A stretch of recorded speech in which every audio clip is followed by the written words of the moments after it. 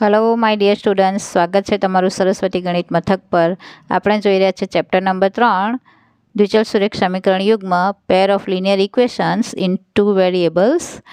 તો આજે આપણે જોઈશું સ્વાધ્યાય 3.2નો પ્રશ્ન 3, એનો 5મો અને 6ઠ્ઠો પ્રશ્ન. તો 5મો દાખલો છે, એક અપૂર્ણાંકના અંશ અને છેદ બંનેમાં 2 ઉમેરતા 9/11 બને છે. અંશ અને છેદ બંનેમાં 3 ઉમેરતા તે 5/6 બને છે. તો તે અપૂર્ણાંક શોધો. હવે અપૂર્ણાંકનો અંશ અને છેદ બંનેમાં 2 ઉમેરવાના છે એકવાર, અને એકવાર 3 ઉમેરવાના છે. એટલે આપણને 2 શરત આપેલી છે. તો આપણે ધારી લઈએ અપૂર્ણાંકનો અંશ બરાબર x અને અપૂર્ણાંકનો છેદ બરાબર y. માટે માગેલ અપૂર્ણાંક કયો થવાનો? અંશ અંશમાં લખવાનો, છેદ છેદમાં, એટલે x ના છેદમાં y. હવે પહેલી શરત છે બંનેમાં 2 ઉમેરતા 9/11 મળે છે. તો અંશ x છે એમાં 2 ઉમેરીએ અને છેદ y છે એમાં પણ 2 ઉમેરીએ તો આપણને અપૂર્ણાંક કયો મળે છે? 9/11. એટલે લખો ને x + y છેદમાં y + 2 બરાબર 9/11. હવે આપણે ક્રોસ ગુણાકાર કરી લઈએ. તો 11x + 2ની બાજુમાં બરાબર 9ની બાજુમાં જાય y + 2, એટલે 11 x + 2 બરાબર 9 y + 2. કાઉન્સ છોડીએ તો 11x + 11 × 22 બરાબર 9y + 9 × 18.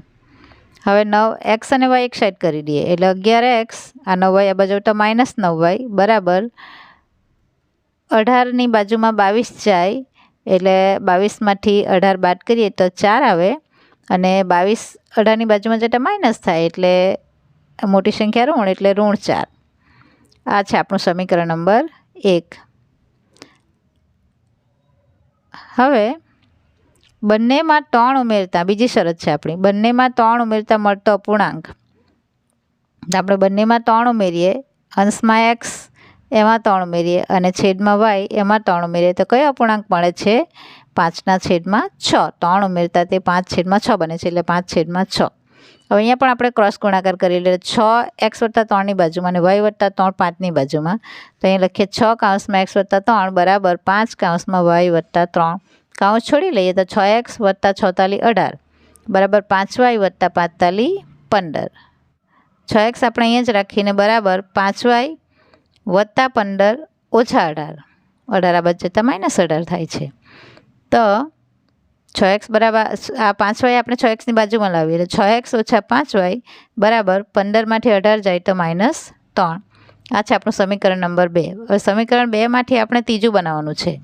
તો 6x આપણે અહીંયા જ રાખીને જો 5y + 15 - 18 -3 થાય, તો એ 6ને આપણે છેદમાં લઈ ગઈએ, એટલે x બરાબર 5y - 3 / 6.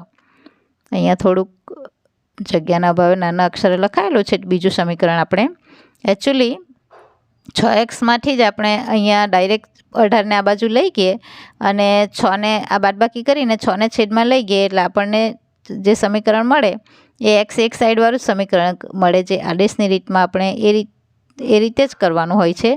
પરંતુ આપણને 2 સમીકરણ યુગ્મ માંગેલા છે, એટલા માટે બીજા નંબરનું સમીકરણ બનાવવું જરૂરી છે, અને પછી એના પરથી x એક સાઈડ કરવાનો. એટલા માટે મેં અહીંયા થોડું નાના અક્ષરે લખેલું છે કે 6x - 5y બરાબર -3. તમે સમજી લેજો. એ છે સમીકરણ નંબર 2. અને x એક સાઈડ કરતાં 5y - 3 આ 6 ગુણ્યામાં છે તે છેદમાં આવે, કેમ કે -5y આ બજેટ ધન થઈ જાય એટલા માટે.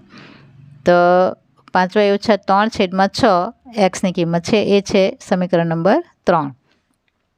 સમીકરણ 3ની કિંમત 1માં મૂકતા, 2માંથી બનાવેલું છે એટલે 1માં મૂકવાનું. તો પહેલું સમીકરણ છે આપણું 11x - 9y બરાબર -4.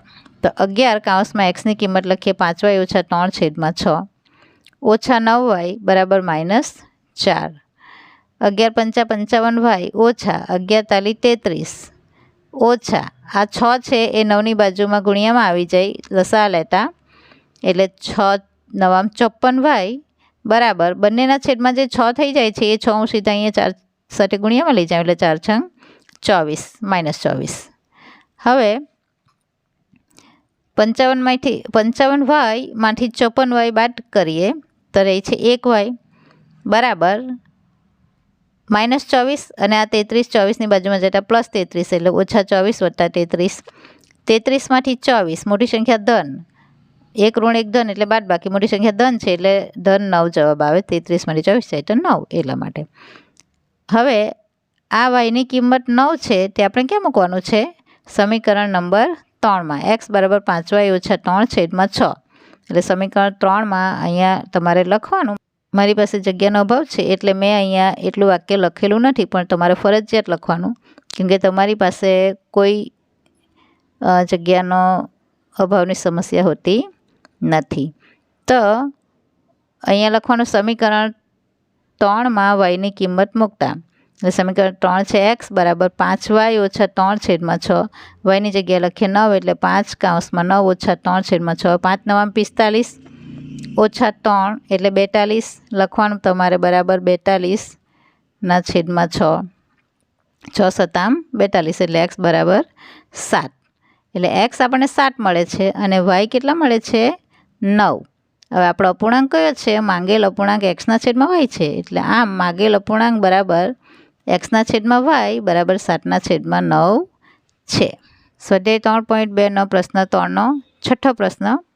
5 વર્ષ પછી જેકબની ઉંમર, કોઈ પણ ઉંમર આપણે વર્ષમાં લેવાની છે, તો જેકબની ઉંમર તેના પુત્રની ઉંમર કરતાં 3 ગણી હશે.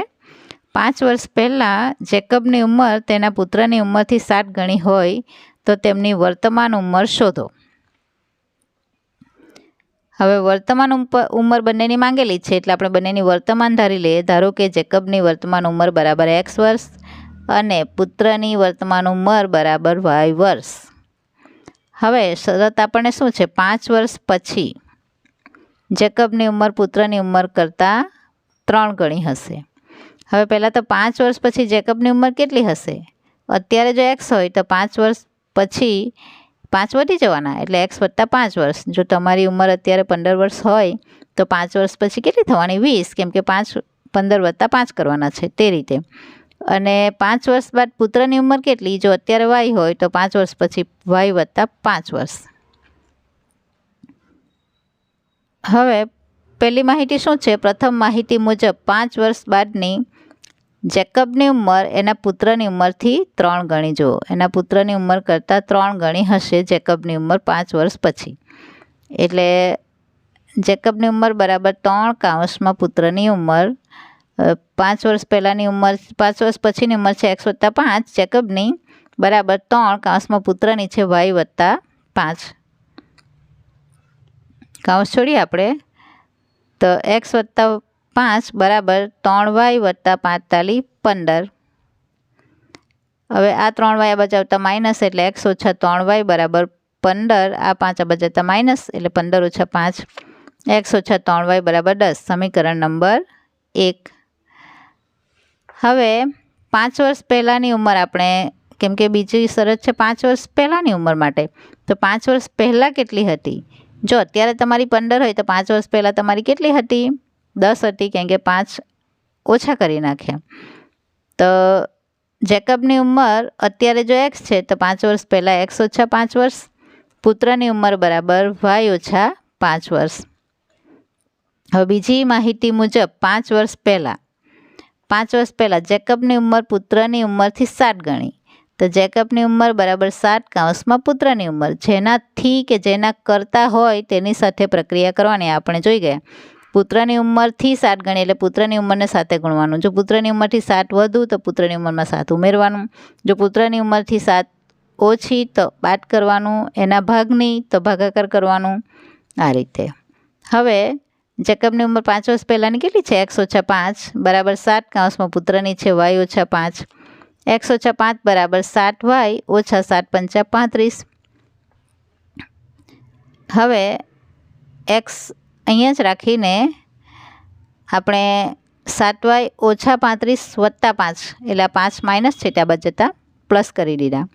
હવે આપણે સમીકરણ યુગ્મ બનાવવાનું છે એટલા માટે બીજું સમીકરણ મેં અહીંયા લખેલું છે આ એક સ્ટેપ આગળ છોડીને કે x આ 7yને બાજુમાં લઈ આવે -7y બરાબર 35માંથી 5 જાય તો 30, મોટી સંખ્યા ઋણ એટલે ઋણ 30. આ સમીકરણ નંબર 2 છે. અને એના પરથી આપણે આ ત્રીજું સમીકરણ બનાવીએ છીએ.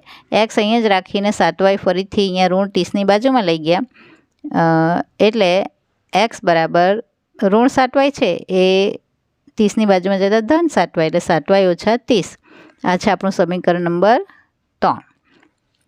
હવે આ જે સમીકરણ 3 છે એની કિંમત આપણે મૂકવાની છે સમીકરણ 1માં, કેમ કે એ કોનામાંથી બનાવેલું છે? 2માંથી બનાવેલું છે. હવે સમીકરણ 3ની કિંમત સમીકરણ 1માં મૂકતા, સમીકરણ 2માંથી આપણે 3 બનાવેલું છે એટલે સમીકરણ 1માં મૂકવાનું. તો સમીકરણ 1 પહેલાં લખી દેવાનું, એક્સ ઓછા 3y બરાબર 10 આપણે આપેલું જ છે. એક્સની કિંમત લખીએ આપણે 7y ઓછા 30. તો 7y ઓછા 30 આપણું ત્રીજું સમીકરણ છે, એમાં એક્સની કિંમત 7y ઓછા 30 એટલે 7y ઓછા 30 ઓછા 3y બરાબર 10.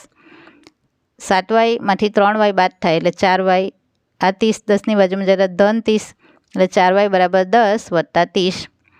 તો 4y બરાબર 30 ને 10 એટલે 40. તો y બરાબર કેટલા? 4 છેદમાં જાય એટલે 10 ચોક 40 એટલે 10. હવે y બરાબર 10 સમીકરણ 3માં મૂકતા, આપણે 3માં મૂકવાનું છે. સમીકરણ 3 આપણે લખી દઈએ, એક્સ બરાબર 7y ઓછા 30 બરાબર 7 કૌંસમાં yની કિંમત 10 ઓછા 30 બરાબર 7 દાન 70 ઓછા 30, 70માંથી 30 જાય તો 40. આમ જેકબની વર્તમાન ઉંમર બરાબર આપણે કેટલી ધારેલી છે? x વર્ષ બરાબર 40 વર્ષ, અને પુત્રની વર્તમાન ઉંમર બરાબર કેટલી ધારેલી છે? y બરાબર 10 વર્ષ. તો અહીંયા આપણું સ્વાધ્યાય 3.2 પૂરું થાય છે. આવજો વિદ્યાર્થી મિત્રો, જો આપણી ચેનલને સબસ્ક્રાઈબ ન કરી હોય તો કરી લેજો, અને કંઈ પણ સમજ ન પડતી હોય અથવા તમને કંઈ પણ ડાઉટ હોય તો કોમેન્ટ બોક્સમાં જરૂર જણાવજો. હું તમારા પ્રશ્નોનો જવાબ જરૂર આપીશ.